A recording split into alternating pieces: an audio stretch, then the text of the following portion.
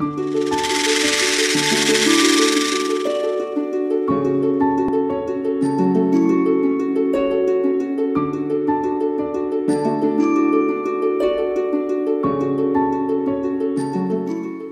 I will start this feedback from the roundtable I was leading with Gauthier and Juan. Juan, you are here.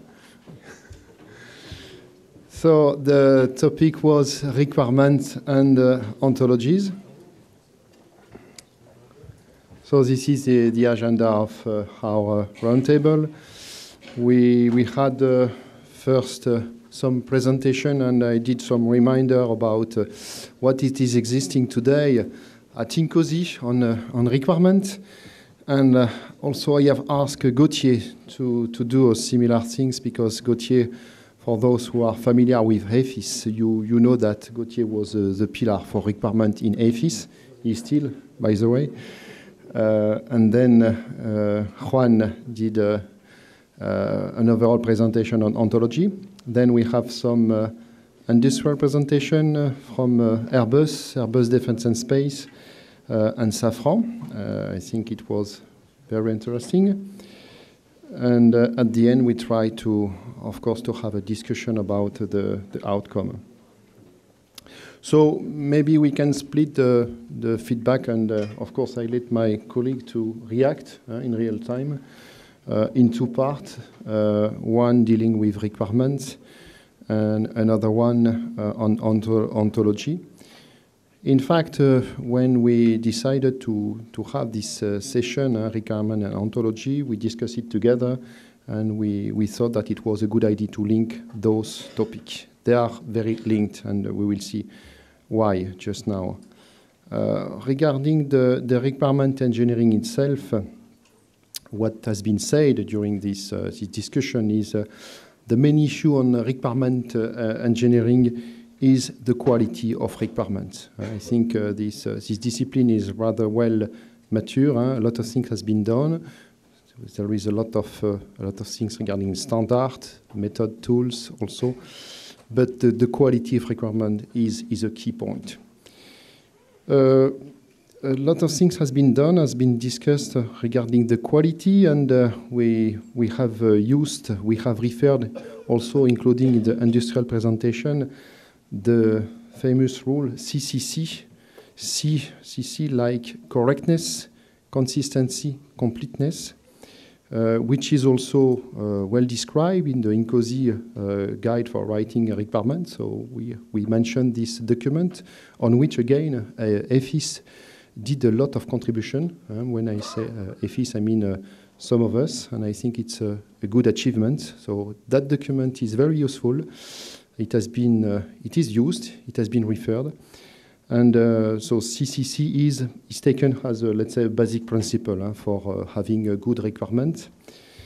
The volume of requirement has been discussed also, and we mentioned several times the example of Airbus aircraft, or A380 mainly, for which we had a lot of requirement. And of course, the question is why to have such a volume of requirement. Of course, it is an issue, and we try to improve the quality while also reducing the volume of requirement. So we had several testimony about good experience regarding the application of CCC and the metric, and also using pattern and boilerplate. In fact, that is to say, a way to help user to write good requirement with a predefined template, so what we call the boilerplate. The requirement completeness has been addressed several times and as a key point. And someone in the room was saying that we can also use a simulation to support the requirement completeness. So this was one of the comments. I move on. Regarding ontology, which is the other part of the discussion, and in fact we had during the same session a mixture of the two discussions, requirement and ontology, because again the subjects are very linked. We said that ontology is a good support to check requirement completeness. This is a good enabler, and really it is promising. It was a question regarding ontology versus modeling. What are the differences? Are there different? Probably yes, but we are using a similar approach. So we were asking about the similarity between ontologies, that is to say the way to represent knowledge and modeling. So there are probably some room for, let's say, discussion. I move on and then I let you to react, or it's no? Okay. There are layers of abstraction with different ontologies connected together.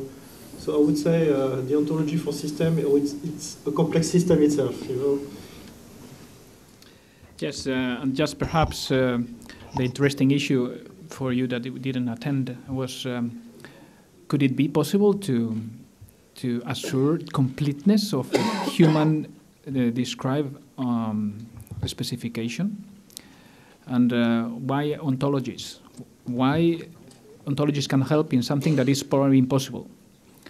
And the idea is, of course, to check uncompleteness more than to check completeness. Okay, so ontologies help very much to check that you are missing something, but you have to predefine the knowledge. So here's the open door for coming into ontologies in requirements. Okay, and also we mentioned ontology, in fact, the different type of ontology, and very often when we say of ontology, at least for requirement, we are talking about ontology for requirements, but it was said that we have also ontology for other domain, for other purpose, and well, we had a good presentation on that, so it was also an open point. If we want to tackle ontology, what would be the scope? Is it ontology at large, or is it ontology for requirement only? Well, this is an open question. Another point, another question is, are ontology addressing the problem or the solution side? Good question. Not easy to answer, so we discuss on that. I'm not so sure we have a clear answer, or maybe some element of answer. Ontology shall be organized along an architecture, the product architecture. In fact, this is also a proposal or idea to move forward. Can we apply ontology for system of system? Well, again, question. And regarding the skill for ontology, we already tackled this point in Airbus. Can we think about a skill and what we call knowledge manager? I think this skill is being defined. Probably this is also a topic to be further discussed. And at the end, we consider that maybe it could be a good idea to create a working group on ontology, knowing that today there is no such working group at INCOSY level, or at least covering this scope. So this is a proposal which we can do to Paul Schreidmaker as the technical director of INCOSY. So that's it. I'll let you to complete. I can have an additional comment. We have two very good presentations from Airbus and from SNECMA. And you know, ontology is like a buzzword. You know, it seems like a big thing, but the common message of this presentation is to say that you are not obliged to build a complete ontology, so a complete set of concepts with the links between them and so on, with the semantics. You can really start with a few things. You adjust the thesaurus with words, synonyms, and so on. Just to start, even that, you will still start to get some benefits to use such an approach. So it can be incremental, and the way it's better than nothing to start really simple and then increase the level of your knowledge by increasing the ontology coverage. Okay, so that's it. And just to illustrate the concern of requirement engineering, I have seen this summer in Seattle a very good presentation by Jean Bosch on this subject, and I would like just to show you this sentence, which is very funny and I think very meaningful as well, and also another citation from Steve Jobs, so which I let you to read. So just as an illustration of the difficulty and the challenge of requirement management. Okay, so that's it, and thank you.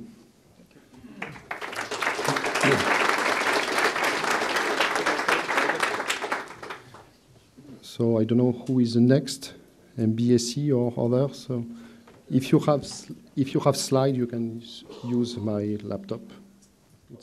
Now, I would have prepared slides, but my co-chair, Marco, had the laptop and he's gone. So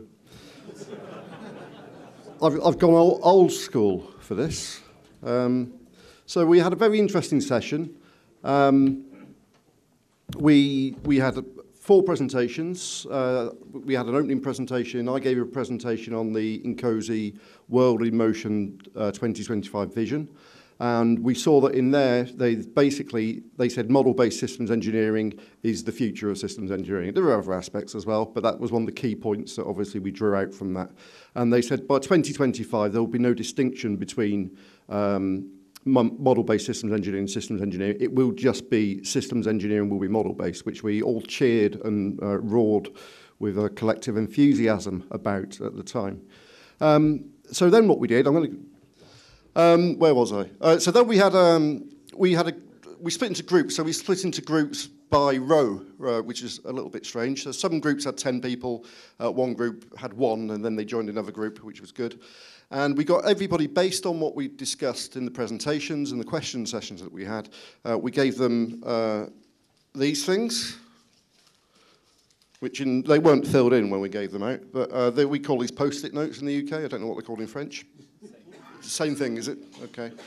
That's not like you. And basically, we said to each group, can they write down 3 different key factors that they think are important when it comes to MBSE? So each group wrote down that. We had this big pile of post-it notes. We took this big pile of post-it notes, and then we put them into a smaller pile of post-it notes. So we grouped them together into sort of factoring groups. And then, much to the upset of each of the teams, we got each team then to take one of these. So, for example, this one says education. And we said, OK, in 10 years' time, if we're successful in addressing this as an issue, so we had a list, about 12 of these, this is an issue, what will success look like? Okay, so what mechanisms do we need to have in place? What processes? What can INCOSE do, and so on?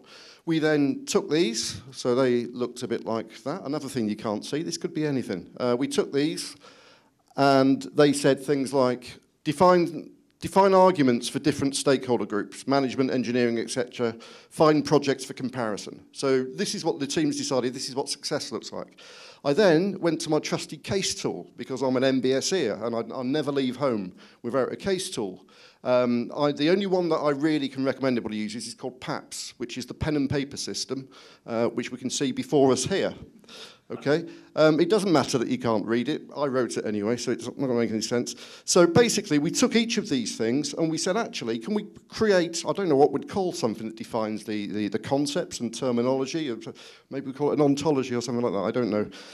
So we said, can we actually create a picture of what success looks like? So we put all these things together when I should have been paying attention in the last session I was in, and I drew them all out, and this is what we come up with. So this is the conclusion, if you like. So let me stand over here, because I can read better with this eye. So we had model-based systems engineering that sits in the middle, and again, all this information has come from these post-it notes. I haven't added anything to this. This is all from what we have here. MBSE has to yield benefits. Okay, otherwise there's no point doing it. Like any aspects of systems engineering, if we don't know what the benefits are, then forget it. Okay, and these benefits need to provide value to the various stakeholders, not just to the engineers, but also to management, for example. So when it comes to selling systems engineering, and in particular model-based systems engineering, we said what we really need is we need to have a good idea of what the benefits are so that we can sell it to management, engineers, and so on. In order to do this, how do we sell it? We need evidence. So the evidence supports the benefits, and there's different types of evidence that are identified. There are more, that means incomplete. Things like example projects, so MBSE example projects and non-MBSE example projects that we can compare with one another, and metrics that will measure these example projects and actually give us numbers, because people like numbers. People love spreadsheets, don't they? Also, we need MBSE to integrate with other disciplines, such as configuration management and product lines. Okay, again, this is incomplete, but just to give you that idea. The whole of the MBSE approach, if you like, there was a lot of these post-it notes referred to methodology. And they said, as part of that methodology, not in its entirety, but two of the key parts are the use of patterns, so things like frameworks and patterns, and our old friend ontology again. And people said, well, actually, we need domain ontologies for different industries, and we also need discipline ontologies. So really reflecting some of the stuff that was said a few minutes. So it's always encouraging when people agree, or does it mean we're all just as stupid as one another? Who knows? And then for methodologies, we need to enable that. We need competence. Okay, we define competence to define the skills for the different stakeholders that we've identified, and we need a certification process to assess the competence, and we need professional bodies such as NCOSI to define this certification process. We've also got tools. Let's not forget tools. Very importantly, we said the methodology has to drive the tool and not the other way around. We should be focusing on the approach and not what somebody tries to sell us. Different types of tools as well. Tools have to integrate with one another. Tool interoperability is a big issue at the moment. There's no point in having lots of different tools if they can't talk to one another. You won't get all of the benefits. So integration between tools, tool interoperability. Not just modeling tools, but also, for example, management tools and any other type of tool, simulation tool, anything else that we might be talking about. We want MBSE to apply across the whole of the life cycle. Okay. And specifically, people were talking about the project life cycle rather than the system life cycle. In terms of the systems that we want to relate to, small, medium, and large systems, that was a concern. How do we apply this to very, very small systems, very, very small organizations, right up to mega systems that take decades and decades, and systems of systems, and so on. So we need it to apply to all different levels of system. We've also obviously, we need to develop a system model that abstracts a system. That's a key part of MBSE, believe it or not. And two key parts of that, and again, not the model in its entirety, but two key factors that were identified were the requirements must be part of the model, not an afterthought, or not just held completely separately and never related. So they need to be part of the model. And also human factors came up. We need to, again, we need to include our human factors work as part of the model, some of the views in the model. We also had the notion of readiness levels as well, because we need to understand the maturity of the model. We can understand the maturity of our people, because we've got competence. We can understand the maturity of our processes with CMMI and so on. We need to be able to assess and define the maturity of our models, because it will evolve as time goes on. Have I covered everything? Disciplines, tools, method. Oh, and finally, lest we forget, a common language as well. And we need some sort of common language that the methodology will use. Okay. What I'll be doing, just so people are aware, I'll be taking. I won't take this home. It's in my logbook. I'll be tearing this up and throwing it away. And the one in my logbook, I will be putting into a proper modelling tool, and I'll put a couple of slides together. A little bit late now.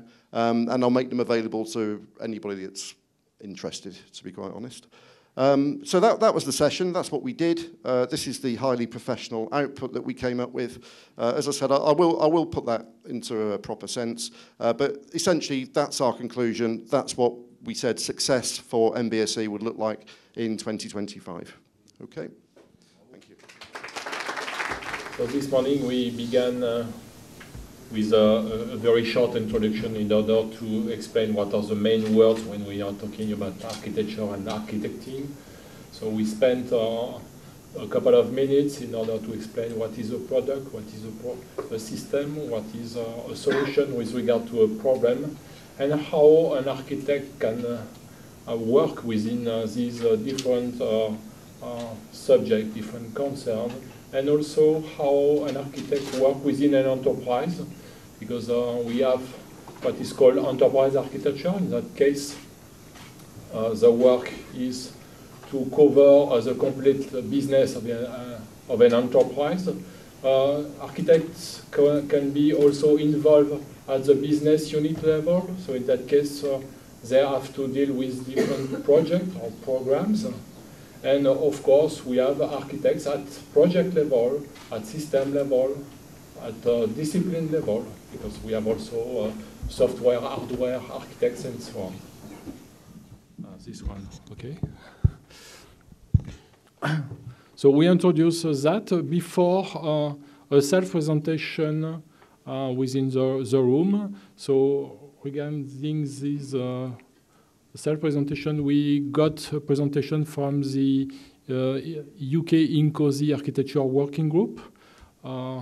It was explained that within the UK, there are major issues that are a small guide in order to explain very, with, let's say, a very good level of synthesis, what is architecture and architecting.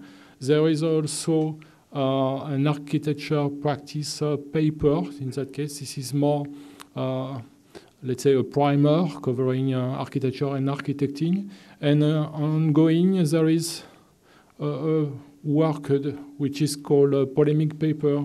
So here, this is more a discussion about architecture with regard to design, how we can see the complementary aspects, or how one is included into another, what is really the relationship between architecting and design and the different outcomes, and how we can relate all that.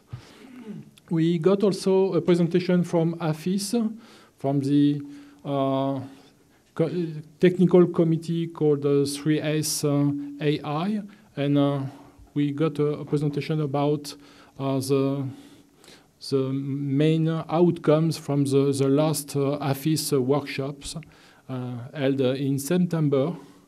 And this workshop was, in fact, a follow-on of a previous workshop when we introduced the main activities and main responsibilities regarding architecting and architectures. This time, the aim was to refine the outcomes of the previous workshop in order to better analyze what are the main issues when we talk about system architecture, concepts, outcomes, roles and responsibilities with regard to the architect, but also design authorities and other stakeholders that are involved or that are interested when we talk about architecture. Within AFIS, there is also an aim to develop a small guide, quite similar to the UK Z card, in order to well explain within France what is really architecting and architecture with regard to systems engineering, because there are some major discussion within the systems engineering community, and aim is to clarify let's say the situation regarding architecting and architecture. After we got a presentation from the German chapter, it was interesting to know that there is a motivation within Germany to get more and more involved in the architecting community. It was explained that there is a wish to participate in the ISO architecture working group, which is working group 42, developing the different standards that are 42010, 42020, and 42030, respectively, dealing with architecture processes, architecture description, and architecture evaluation. And main questions were asked by the German chapter. As you can see, what are the main motivations, the main meaning of an architecture? What are the way to relate architecting with systems engineering? What are the interfaces? What are the outcomes of the respective activities? How to start? How do we know that the work is finished? which is also a little bit tricky sometimes. And is there an end of an architecting work and how to consider architecture with a system life cycle. Paul Davis also gave a point of view from the central COSI entity, and his talk was mainly about how we can consider the architecting activities with regard to the different disciplines, the different projects, how we can consider this as a crossover of infrastructure project, how to build, let's say, an enterprise view when we are in the architecting activities. Small explanation about building an information model within an enterprise. Paul reminded us a quote from Le Corbusier, which is in fact considering form and function when we architect a system. And it was stated that currently no architecture framework is really dealing for both forms and function, which means in fact the physical and the functional aspects within a system. Currently the architecture frameworks are more focusing on the functional aspects and not so much on the non-functional aspects, including the physics. We got also a very short presentation from the French MOD stating how the military domain transformation is based on architecture and architecting, and it was explained that there is an evolution within Europe. The MODs are really using architectures as a foundation for program and project development, and it was said that the next release of NAF, which is a NATO architecture framework, will be promoted as a NATO standard, which is a STANAG. However, even if this is a military standard, this reference will be publicly available as AFIS 3 is also available. Okay. Yeah. So the main part of the session was given over to group discussion and subsequent feedback. I can only give you a flavour. We've got lots of words here, so I will share with you a very few of them, and any that you choose, you can read off the page as it comes up. We pre-prepared 5 sets of questions, and interestingly, there was a very strong crossover with the contribution from the German chapter, so we found we'd already planned to talk about many of the questions that they were asking. First of all, as you see here, who are the stakeholders? And therefore, how can architecture be managed in its wider context? We talked about looking for interest groups amongst the stakeholders. We talked about how stakeholder interest and concern could be documented. How that the management of architecture is usually quite good early in a project and quite often deteriorates as time goes on. This concept that perhaps when the system enters service, architecting stops, but the architecture is still needed later, and how could we manage that? The second group had a look at how you would generate or elaborate an architecture, and therefore how an architecture can be managed through its life cycle. There's clearly crossover between the questions, and the grouping the questions isn't perfect either. So you can see the main elements there. Architecture is seen as creating options for trading before detailed design commences.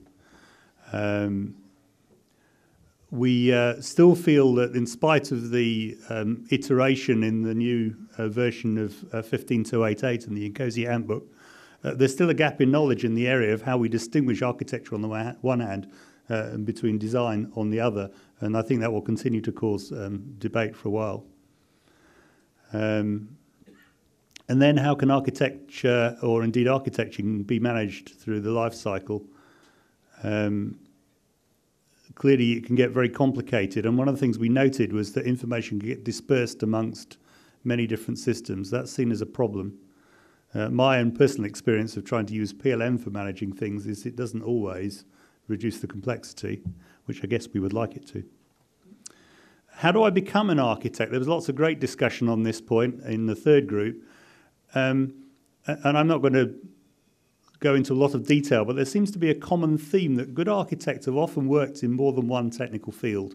And often it's the act of transferring perhaps from one to a second and then maybe perhaps more easily to a third or fourth technical field that gives the architect the breadth, agility and adaptability that the skill really needs. And there is no standard route. There's no yet mapped out career path for an architect. Where could architecture be used? There's a little bit of discussion on this one. Where there's a complex problem or a complex solution, it could be enterprise, it could be technical. It's quite likely to be cross-domain, but not necessarily. It could be changing with time, and it could be hierarchical. Group 4 looked at what's the purpose of architecting and how, therefore, can an architecture be evaluated. I guess, again, you pick out the ones you want to take a look at there. We've included on the last couple a few of the remarks and discussions that were brought up in the plenary session afterwards. And finally, Group 5. We didn't have enough time to prepare this, so there's too much detail in it. I'm sorry for that. But again, pick out what looks interesting to you. How and when do we start architecting, and how and when do we stop architecting? Interesting topics. Starting architecting may not actually happen. If you have a brownfield site, you may already have half an architecture which you need to fill out from before anybody ever started on doing whatever it is. We need clear rules for starting and stopping. One of the comments was you should stop when the concerns that the architecture is meant to address have been fully addressed. What would that look like? I don't think we know fully yet. Final point, and I don't have a slide for this. We felt that we'd only covered half the question, because the other half of the question is how we coordinate going forward. We've set up a circulation list for people who are interested in continuing communication on the architecting topic. So it allows the opportunity for material, for example, from the UK group and the AFIS group, and any work that goes on elsewhere around the region to be shared naturally around a larger group of people. And what we hope to achieve is a degree of coordination without a lot of effort, which is always challenging to put in. Thank you. Okay, we'll present you, in fact, two topics for the price of one. So you have a double topic. The first one is on IVTV, and the second one is on safety assessment. First, IVTV, to position the scope of our concern. The working group addresses system integration, system verification, system transition, and system validation. But also, we don't forget VNV all along the cycle of an engineering development.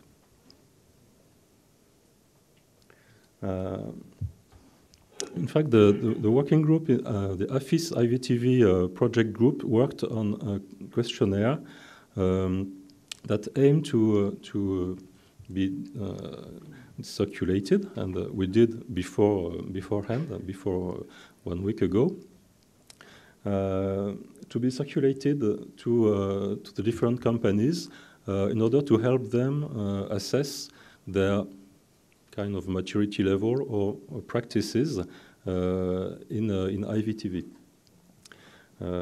We address not only practices, but also the organization aspects, the means aspects, the skills, risks, and so on. This questionnaire was put online on the website of AFIS a few months ago. We had a few feedbacks, but interesting feedbacks, and many thanks for those of you who answered. And since we circulated before the session, we had already five feedbacks, so it's very, very encouraging. We have, on this picture, we have two stakeholders. The first is the industrial experts who wants to know where they are in terms of maturity and where they can improve their different levels for IVTV. And the second stakeholder is everyone in AFIS and INCOSY chapters who look for good practices. So the action is very simple. You have to fill in the questionnaire and to send it back to the VNV or IVV working group. The questionnaire will be exploited, and all this material will be used to disseminate good practices through work products. A main remark during the discussion was that it is very important, and maybe the first step is to create the culture to perform effective and efficient IVTV, because this culture is not always present in our companies. The discussion was focused on the questionnaire itself. In fact, we wanted to know who read it. So a few of you had enough time to read the questionnaire, but some of you answered, as I said. The second question was, do you have feedbacks about the questionnaire? So this will help us improving our action. Scope understood some comments about skills management and relations with requirements engineering. Maybe the questionnaire could also interest requirements engineering. For the moment, it only addresses verification, for instance. And skills management is also very important in IVTV. So this is a point to be highlighted. More attention to risk and to risk analysis. We reduced the risk aspect to the TRL, IRL consideration. So maybe it's not enough for certainly not enough for IVTV. The third point was it doesn't include reviews and qualification because qualification is not in the current scope of the IVTV project group. And transition is a kind of questioning process. So not all the companies are really clear on who does the transition, what is transition for a system, and how transition is interlaced with IVV.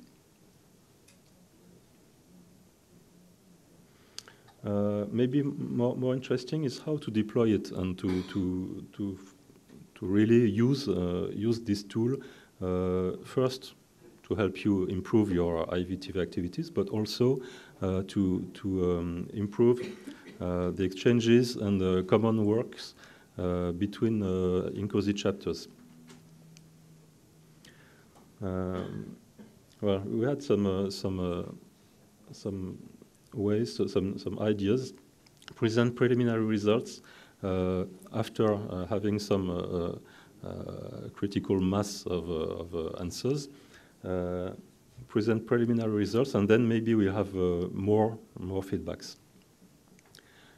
For example, we could present such synthesis in a next event of INCOSY or EMEA. Another idea was to direct compilation online, but maybe shorter than it is here, because some of us and myself find that it is a bit long to fill in. And also, so maybe separated sessions in order to make it easier to fill in. And make it an activity and propose to the chapters responsible, technical directors of the INCOSY chapters, this activity to be developed in their chapter. Also to to consider the spin network. For example, inviting chairs of the spin network to our IVTV working group sessions and explain this action.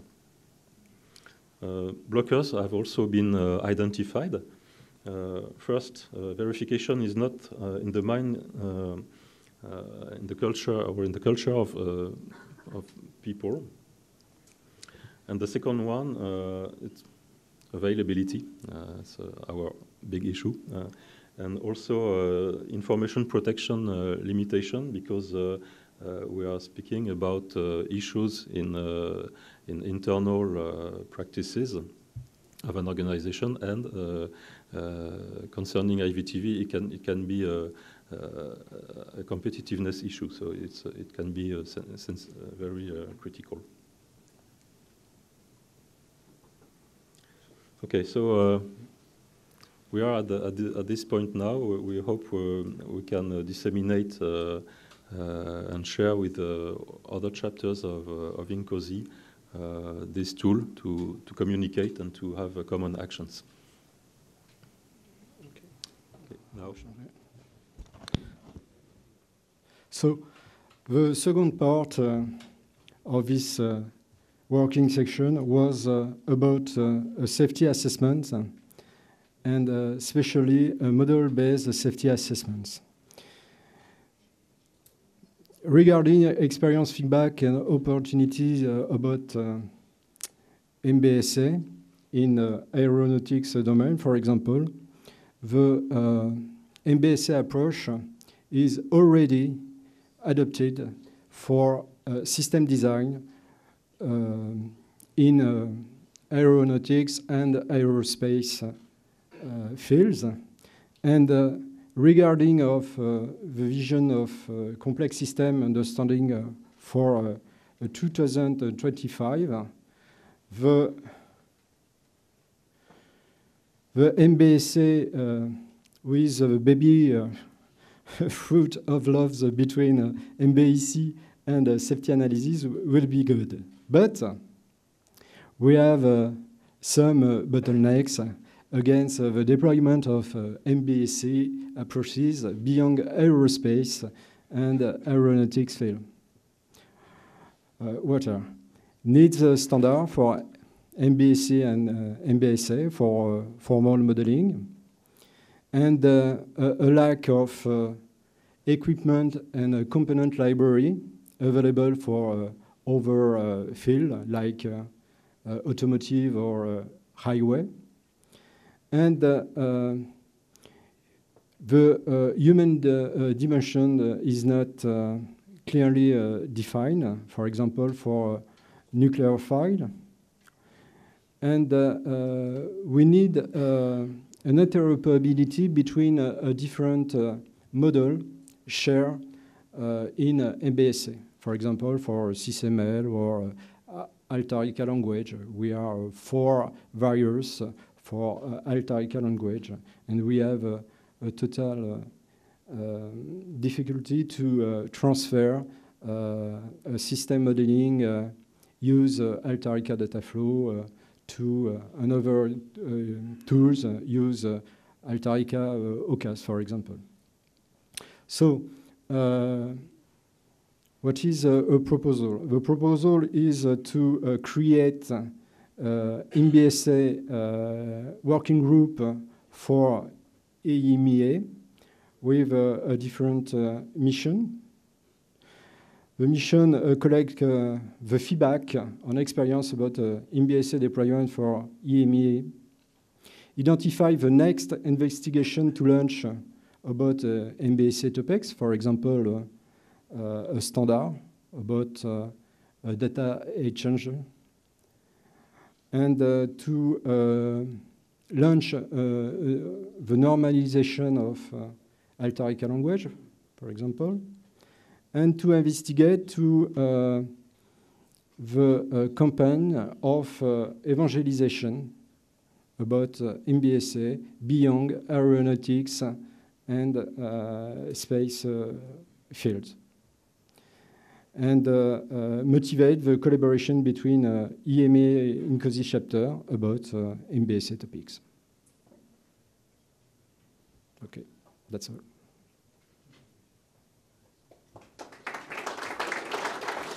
So this session was co-animated by Zoe Andrews from Newcastle University and by myself, Airbus Defence and Space. So we spoke of general introduction by Zoe, and then in COSI system of system working group activities within by Alan Harding. Then we had a presentation of what we do in the AFIS Technical Committee 3S AI, System of System, Services, Architecture and Integration. Then we had some short talks. One about CISAR, which is a system of system in ATM, air traffic management. Then a short talk also by about Compass by Zoe, lessons learned and future needs for the system of system engineering. Then we had a presentation by Oliver Hoene from Distance. And so it was not so easy to catch everything, but the presentation was okay anyway. It was about the SOS V model and its application to program management and system engineering. And then we had the panel session with some opening position by Alan Harding, by Jean-Luc Garnier, by myself, and by Pascal Pezzani, in this order, to create discussions on system of system engineering and the challenges. And so, to summarize, we had these findings. First, it seems that the safety issue is a key issue, especially in the system of systems, and especially when we have to address variation of the context, and the safety assessment has to be redone. Second point was how can we separate system of system engineering and system engineering in general? Is the difference so strict?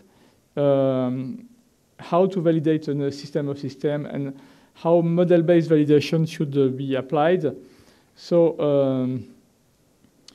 there was a lot of discussion on this topic. Then we addressed the question of additional actors. Some actors of the system of system are identified at the very beginning when we build the system of system, but at the end we have we can have several new actors in the system. Actors should be organizations, and especially at the deployment level, when we deploy a system of system, we could have new actors involved. And then the question of growing and incremental delivery of solutions is something which is also a challenge, because how can we predict the capability which is delivered at a given time, and how can we commit on a capability in an incremental fashion? So we have to think of the configuration in the future and the set of configuration in the future. So this was the subject that we discussed, and so the next and the final discussion was about how INCOSI could help, or how can we help INCOSI in both ways to address the challenges. And the first one is education and training. The second one is how can we share what we do within the local chapters, AFIS and other EMEA chapters, and how can we share what we do in our working groups with what is done at the INCOSI level. So we need not to duplicate all the work, but we need to use the capacity. We think of challenging the outcomes of one working group by another working group, and how to trade the challenges between the working groups. For example, MBSE and system of system, just an example. A third topic was how can we share the good example, because it's So there is a tendency to go directly into theory, and we learn a lot from examples. And so the difficulty is to share the examples because confidentiality issue and because of difficulty also to communicate on bad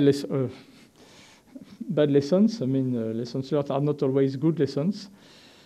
So we need a bibliography to be shared at INCOSY level, and so it is something that could be done. We also spoke of benchmarking approach. It's rather than speaking of good example, it could be good to have also a scholar example, but which could be shared and on which we could work together and compare the approaches. So this would help closing the loop with theoretical foundations and to give, let's say, food for the theoretical people. And last point, not the last, but we spoke of other initiatives other than INCOSY at ISO and IEEE level, and how to connect with these or other organizations. So it could be done at INCOSY level, and we should take the benefits of their production. And finally, we thought that system of system pain points developed at the working group of INCOSY is also a very good framework to address the system of system practical issues. And we thought that it could be a framework to address and to identify what worked well and what are the pain points that are really serious in the practical experience that we got. So we think of linking the bibliography and to tick the various pain points in the various elements of the bibliography to tick which pain points have been addressed.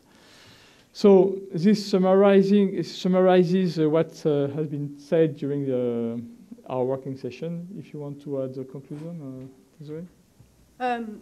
I don't really have much to add. I'm sorry, Andre's doing the talking because I have very little voice, I'm afraid.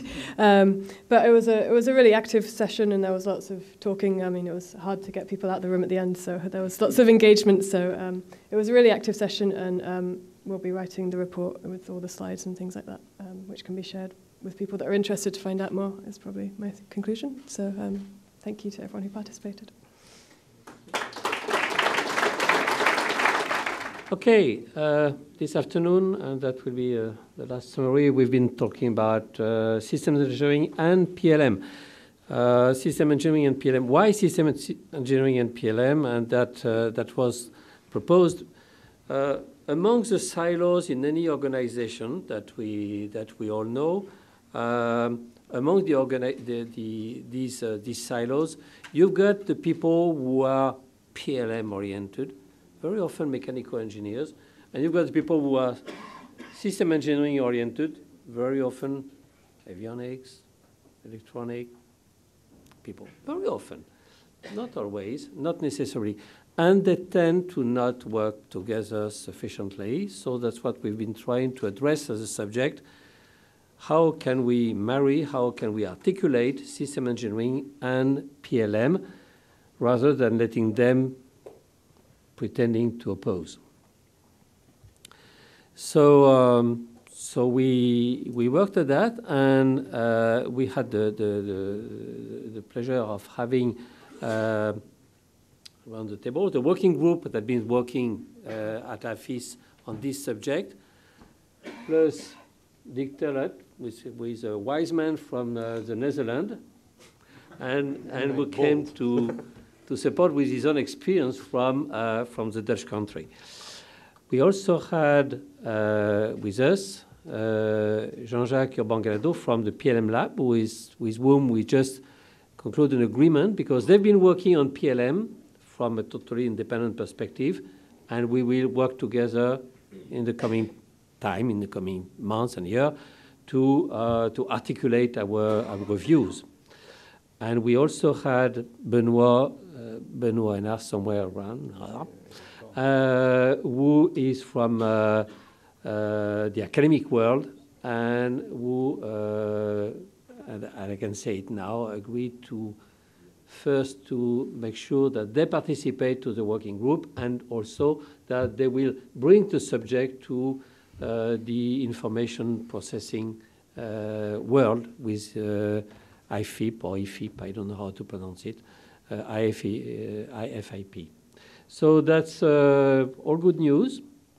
So what were we talking about? Well, we were talking about how to manage a product life cycle or system life cycle, encompassing all actors, including marketing. After all, marketing may be part of system engineering world because they have requirements at least. And all stages, which means it's not just design, it's also production and operations. And if within a given stage we may use something that we may call ALM for application lifecycle management, we see PLM as the way to store, to transmit, to manage the data that will be produced, representing the system all along its life cycle. So we will retain just these two images, and at the end of the story, for those who did not attend the full meeting. Other subject we had in the exploratory working group explored a number of subjects that we addressed, and we had questions associated to each on how to pursue our study, our analysis, and I will not come on that. And we also had the example of Airbus, who's struggling internally on the same subject, but going further because AFIS, we don't go into the detail of the tooling. For that, that's not our job. But of course, for an industrial, they have to make the principles in reality down to reality, and reality is tooling and IT. So they explained that. What at the end of the day, what did we conclude? Well, globally, the questions that we've been asking were confirmed as relevant and received additional comments, instructions that we will work out and decode. We took note of these, and we will work at them as part of the working group. But I'd like to raise three questions that were a little bit that were not prepared. And the first consideration that came up is that, and maybe I let Dick mention them. Or I continue? Yeah, please continue. I think you do a good job. The problem of system engineering and PLM is not French. Of course, we know we have lots of silos in France, but it's not always different elsewhere. And anyway, it's not typically French. So why an AFIS, a pure AFIS, a pure French, Franco-French, Galish Franc? Working group. So the idea is that we should extend the working group up towards INCOSI, but currently there's no working group, dedicated working group at INCOSI. So that's to be done. So what we propose to do is to grow. I heard that this morning, start small, view large and start small. So we'll view INCOSI, but we'll start in French. And we grow from the French working group to adding some chapters. We've got some volunteers. Well, we'll work on that. and then go up. So that's for one. Another question is that, well, you're talking about big groups and things, and well, but how that apply to VSE, to very small entities, or very small, or even medium, but. So we propose to investigate further, and for that probably to gather some more members in the working group to investigate how there could be lean or low-scale solutions and potentially low-cost solutions. Sorry for the editors here if we're looking for low-cost solutions, but they may be interested also at the end of the day.